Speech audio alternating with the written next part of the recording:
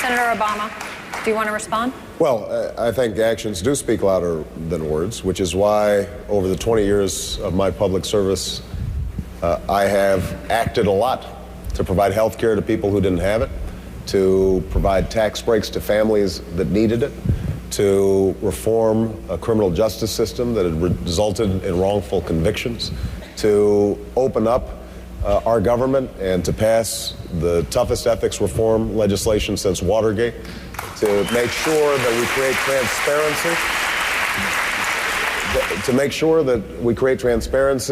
in our government so that we know where federal spending is going and it's not going to a bunch of boondoggles and earmarks that are wasting taxpayer money that could be spent on things like early childhood education.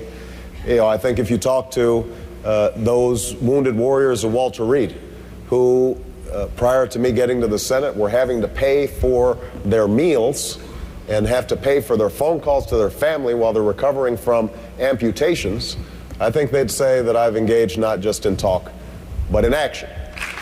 Now,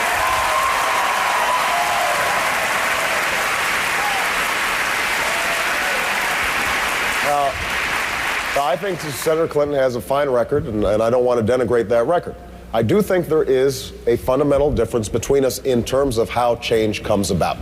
You know, Senator Clinton of late has said, let's get real. And the implication is that the people who've been voting for me or involved in my campaign are somehow delusional. And the 20 million people who've been paying attention to 19 debates and the editorial boards all across the country at newspapers who've given me endorsements, including every major newspaper here in the state of Texas,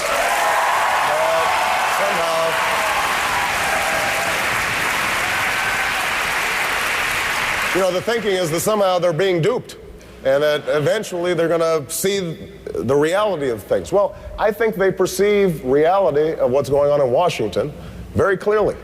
And what they see is that if we don't bring the country together, stop the endless bickering, actually focus on solutions, and reduce the special interests that have dominated Washington, then we will not get anything done. And the reason that this campaign has done so well, is because people understand that it is not just a matter of putting forward policy positions. Senator Clinton and I share a lot of policy positions.